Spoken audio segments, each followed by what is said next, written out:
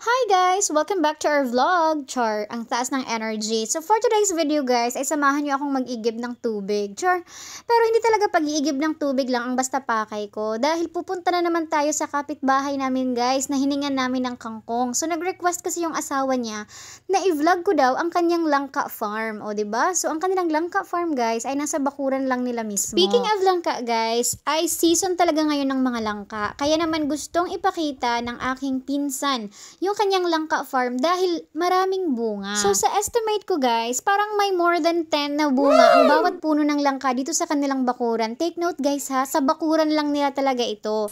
So grabe no, ang galing talaga no pag may ganito kayo. Kasi 'di ba sabi ko nga sa previous vlog ko, may mansion ka na, may fish pond ka pa, may kangkungan ka pa at meron pa silang langka farm talaga dito. So eto, naglakad-lakad nga lang ako guys para ipakita ko sa inyo. Hindi ko na nga mabilang kung ilang puno ng langka ba talaga yung nakatanim dito. So, kita nyo naman, abot kamay ko na ang mga langka. Lali. Okay, so going back, so proceed na tayo guys sa ating paglilibot sa kanilang mga langka. Kung mapapansin niyo guys, may mga nakabalot. So alam ko namang alam niyo na kaya binabalot ang mga yan para walang mga peste, mga insekto or hindi madunot. Ano yung madunot? Mabulok. Hindi mabulok yung mga langka.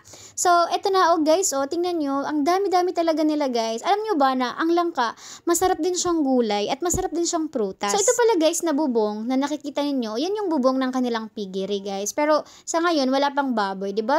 Sobrang dami ng langka, may mga nabubulok na nga dyan guys. So, grabe ang dami talaga. Sabi ko nga sa may-ari kay Ate Hazel, pwede mong ibenta yan. Kasi dati, naalala ko, binibenta naman talaga yung mga langka. Kahit hindi hinog, kahit hilaw, kasi ginugulay yan, di ba? Lodi ko na talaga tong pinsan ko pagdating sa farming. Partida, government employee pa yan guys ha. So stay tuned lang kayo dahil sa susunod, pupuntahan naman natin ang kanyang calamansi farm. Wow. Yes guys, may calamansi farm pa siya at meron pang mga pa-dragon fruit. At syempre, dahil maraming bunga at maraming hinog, ay binigyan tayo ni Ate Hazel ng isang buong langka. So maraming salamat Ate Hazel and more power sa inyong mag-asawa. Ugma ora to, daghang salamat sa pagtanaw. Bye!